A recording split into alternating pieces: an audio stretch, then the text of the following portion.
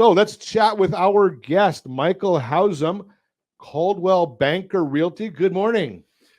Sorry, Ron, just 1 second. I'm distracted. I got an email here. It's letting me know my piece of the bailout for Silicon Valley Bank. I'm trying to wire the money right now. Hold on. Sorry, what did you say? There you go, right? I mean, you're going to get to do that.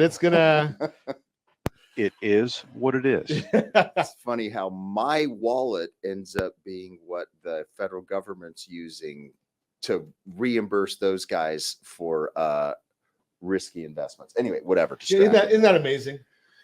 Yeah, nothing easier than spending the other fella's money, apparently. My wife says the same thing. Yeah. Although that's a whole different story.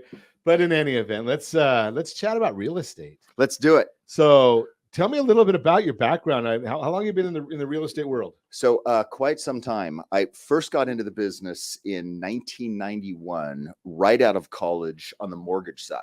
So I did my first loan 32 years ago. Let's just say I was still getting haircuts.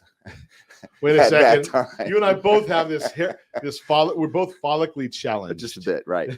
So then I added the real estate piece about a decade later. So the real estate license issued, I think in 01, so 22 years ago. Wow.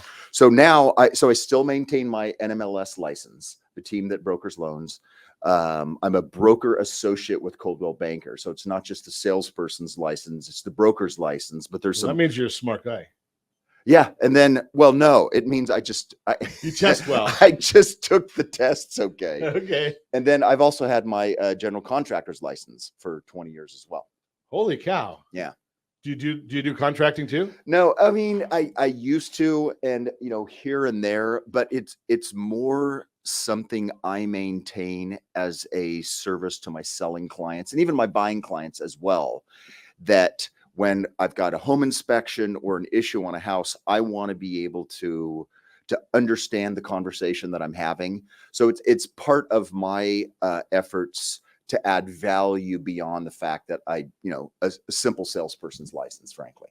Interesting. And boy, to me, that would be enormous, because I've imported over 1 million screwdrivers, but I don't know which end to use. But I have a handyman that comes in and changes light bulbs for me because I've broken so many. Well, that's frankly an irony in that I'm the exact same way. My brother can fix anything and redid his kitchen himself this past year. You joke about the light bulb. I'm literally the same way, that I ask my designer which light bulb color to use, and I read the instructions.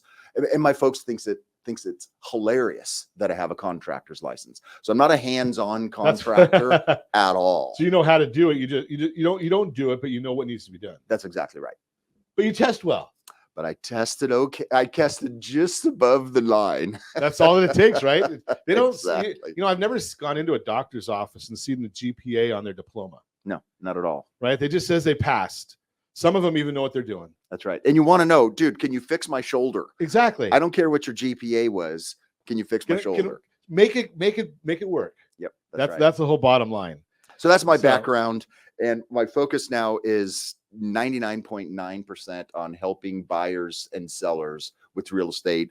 The mortgage stuff, the contracting stuff is just all an effort to undergird and support those efforts. Cool. We like that. So one less loan officer is competing with our team.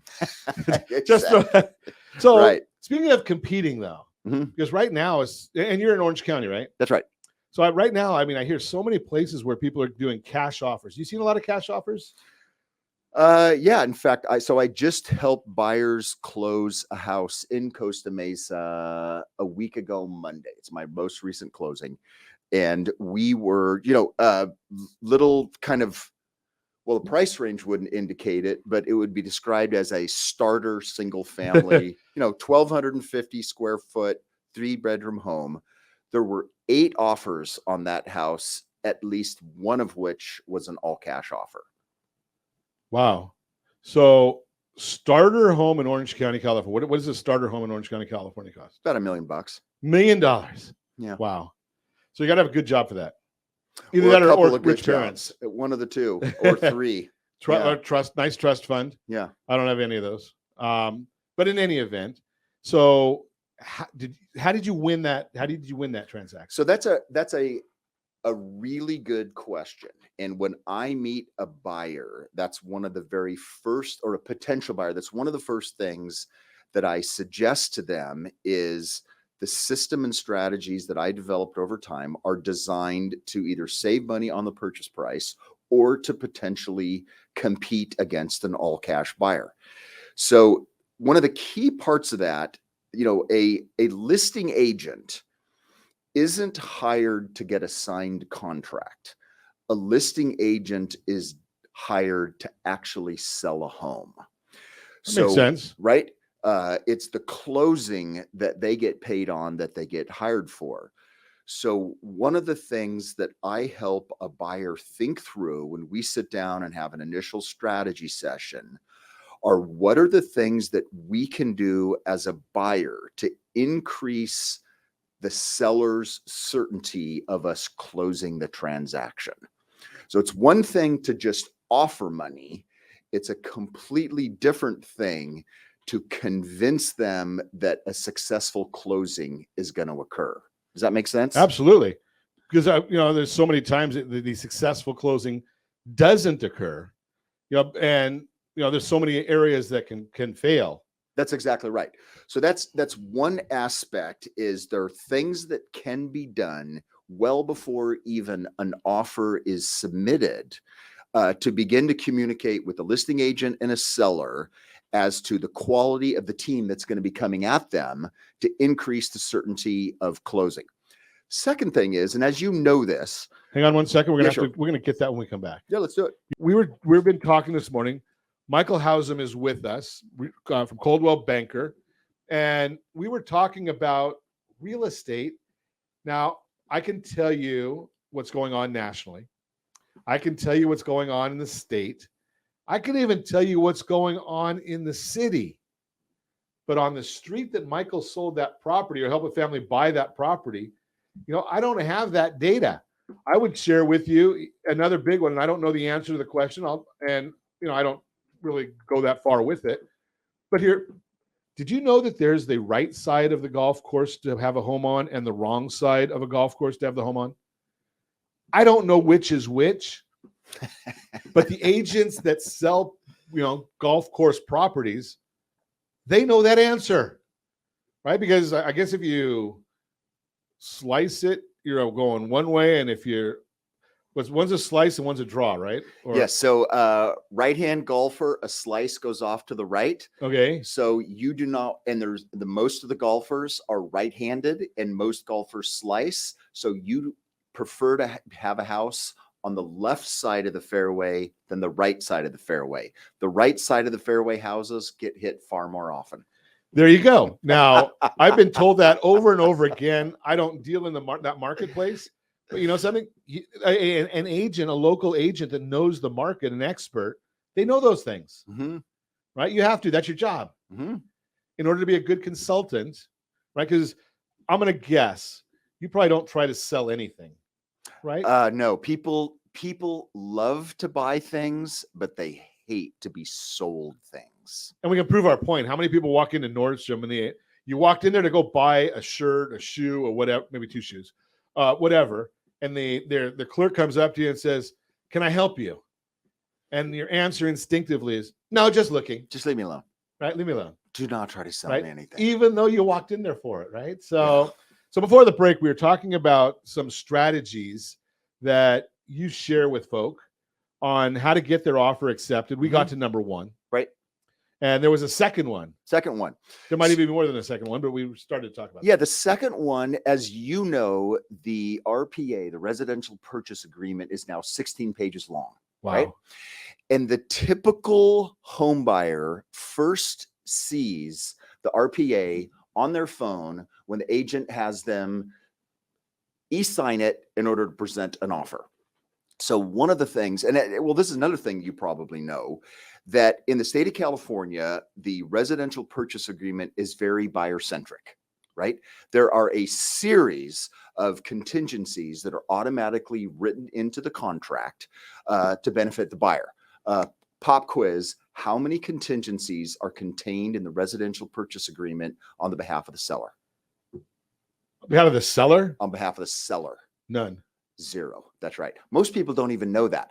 A I seller. was just guessing because it's California. Yeah. Once a seller signs a contract, they are handcuffed to sell that house unless the buyer doesn't perform.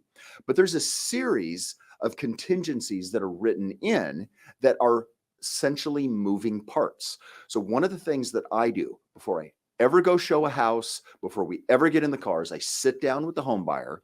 We take a few minutes and we slowly walk through the residential purchase agreement so they understand the implications of that. But there are some things that can be done wisely to remove some of the strength on the behalf of the buyer to make the contract more seller friendly. And that is a way that you can differentiate an offer without actually changing the purchase price. For example, this is one of the things that my buyers did to beat out an all cash offer that was higher. The all cash offer had the typical earnest money deposit, which, do you know what that is in Orange County, Southern California?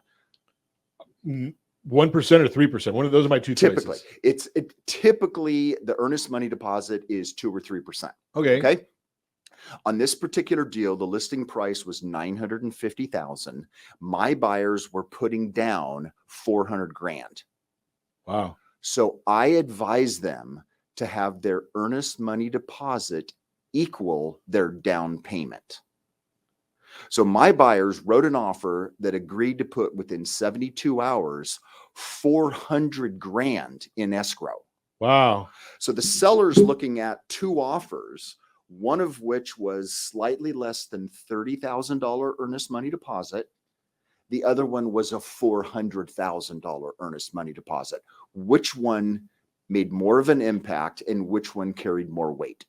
Yeah, with 400,000 is a big statement. It's a big statement. In fact, so I learned this years and years ago. And the first time I ever did it representing an all cash buyer, the listing agent said, "Oh no," and he was kind of condescending. He said, I think you made a bit of a mistake here. You filled out the earnest money deposit to equal the purchase offer. I said, no, that's exactly what we did. The listing agent, we were doing the offer in person. The listing agent looked at his seller and said, "Oh my God, I've never seen that before." That is the kind of impact that you want to make on a seller and a listing agent to differentiate your offer. Yeah, well, somebody comes right in there with the oh wow factor. The oh wow factor. That's right. Now, that doesn't necessarily win the day for you, but that is one of the things that can be done that's unusual, that stacks up. Absolutely. Absolutely. And that's what you're trying to do, is you're just trying to differentiate and get the seller to say, hey, something, maybe psychologically they might even say, something is a better offer. That's right. That's exactly right. So, it doesn't have anything to do with the purchase price. You can get that money back. I would go through in a strategy session how that money could be at risk and when. You only do it if it's wisely done, but that is a way to make an impact that I would bet that 999 out of 1,000 offers out there won't have that kind of substantial earnest money deposit offer.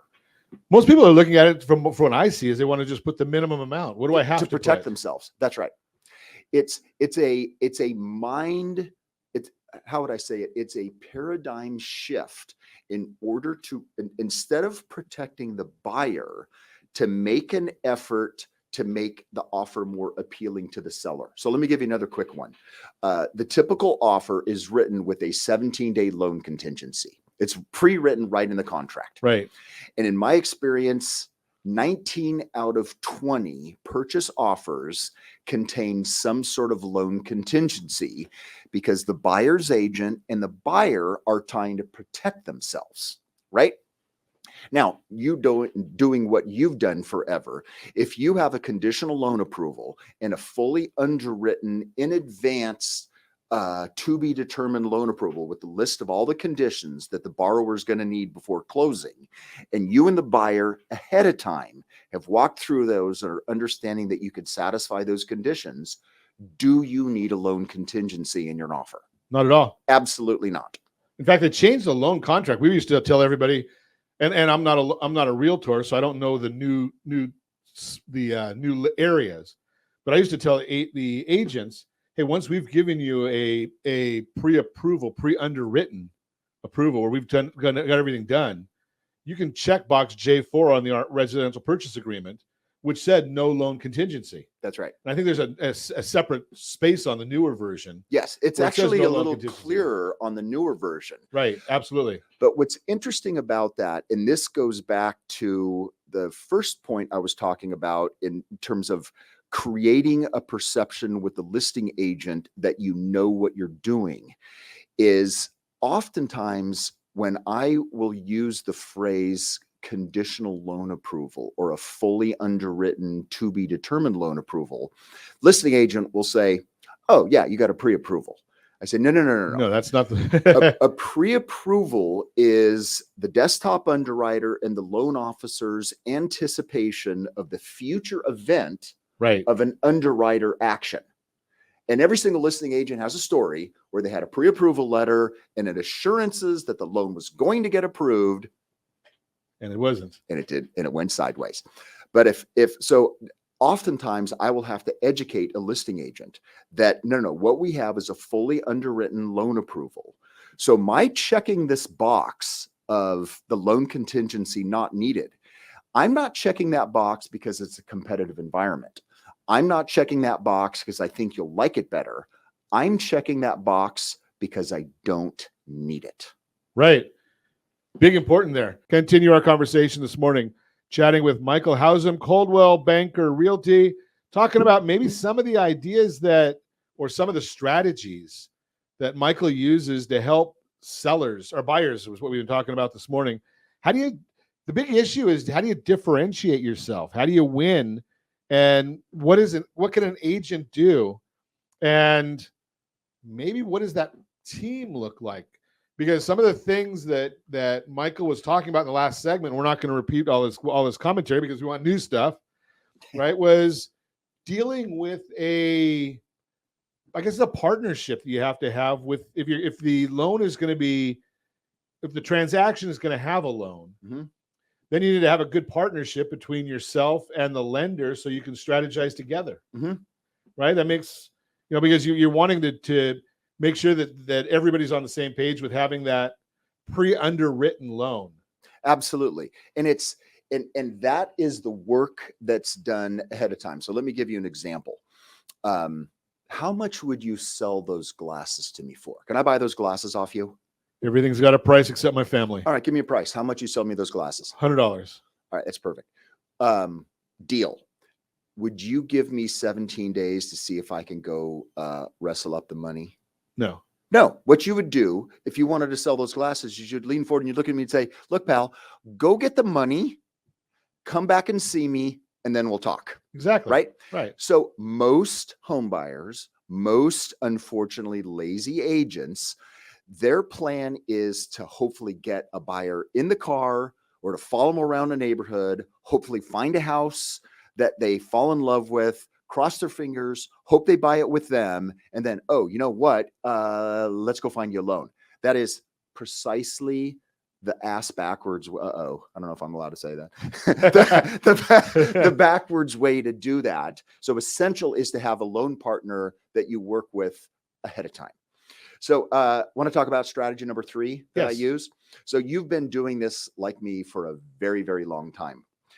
Do you now I want you to put on your rear view mirror glasses. Do you remember how offers and deals were negotiated pre-email and pre-fax machine? Do you remember how real estate was done back in the day?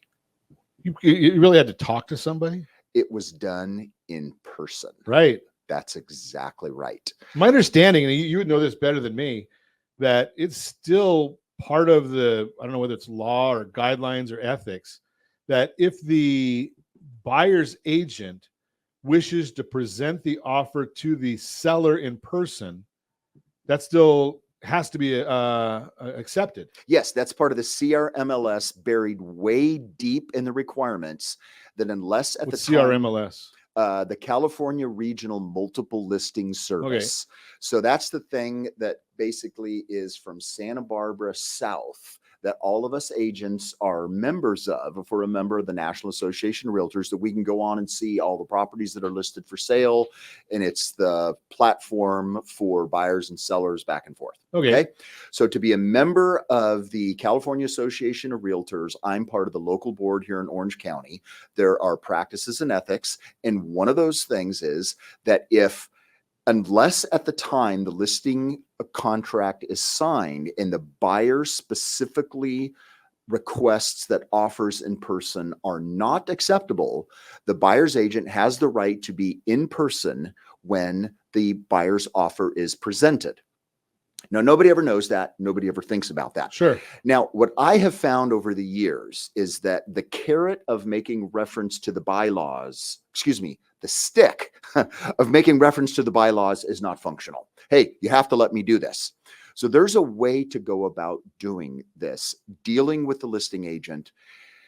And the idea is, if I can put myself in a position to present my buyer's offer in person, or ideally, if it's now the way it used to be done, where you've got the buyer and the seller and the agents on both sides all in a room together, meeting each other, human, face to face, that is a staggeringly different scenario than just emailing over a PDF offer. Sure. Big time. It's a huge, because you're able to find out, in my opinion, you're able to find out what the needs are of each side. That's exactly right. And what it does so thinking about it from a buyer perspective, and it's a bit of a challenge. I have to actually train my clients on the steps that we take together to try to get us in front of a seller. And it's not easy because the seller doesn't want that. A listing agent would prefer to control the process themselves. Sure. They'd prefer to have 3 days to shop your offer around town, maybe try to double end the deal themselves. Maybe they've never done it face to face before. Okay, you're getting technical on us, Michael. Double end the deal. Where a listing agent will try to also represent the buyer. Okay, to bring their own buyer. They're getting paid on both sides. Well, they're getting paid on both sides. That's exactly right. So and a listing agent may have made promises to a seller as to what the house will actually sell for. So they want to avoid that. However, if I meet a listing agent that's our age or older, and I suggest a meeting to present the offer in person, 9 times out of 10, they'll say something like, "Oh my gosh, that's the way we used to do it." Right. Sure. Sure. Right. So that's one thing. Or if it's a younger agent and they say, "Hey, can't we just do it the old fashioned way where you email me the offer over?" I'll say something like, "Look, here's the benefit of us meeting together is number one is you get to see us and take our temperature in person, that you actually can see who we are and understand who the party is that you're going to potentially getting into bed with over the next 3 weeks. Whereas you can't tell that at all from PDF. Right. Secondly, it's designed to be quick. I can summarize my offer, my buyer's qualifications. I can do it in 4 minutes. You can take a couple of minutes if you've got questions. We're right there. There's no email and maybe tomorrow I'll get back to you. Sure. 3 or 4 minutes later, we can decide, is there something here? I've literally, Ron, put a deal together for a buyer in less than 15 minutes in person. A couple of minutes later, a couple of selfies for the Instagram. We're done 25 minutes later, opening escrow the next morning. Makes a lot of sense. It is. And the fact that you get these human beings together starts off the escrow in such a better place that everybody, oh my gosh, turns out that Ron used to go to the same elementary school as my brother-in-law. And that they were such sweethearts when we met, and he showed me how he picked out the color for his mom's whatever, right? And that's all done in 30 minutes. Or 40 minutes. It's not days of emailing back and forth. So everybody starts out on a so much better footing to begin an escrow. Well, the bottom line is that we like to do business with people that we know, like, and trust. That's right. And if it's a PDF, I don't know you. Not at all. I don't know if I like you. Mm-mm. Therefore, I don't know if I trust you. That's exactly right. But if we're sitting across the table, if we come to an agreement, I've only come to that agreement is because I've already liked you, That's exactly right. right? I wouldn't have come to the agreement if I didn't like you. So great information right there. I hope you come back and share some more interesting information. I mean, we only got through a couple of items here.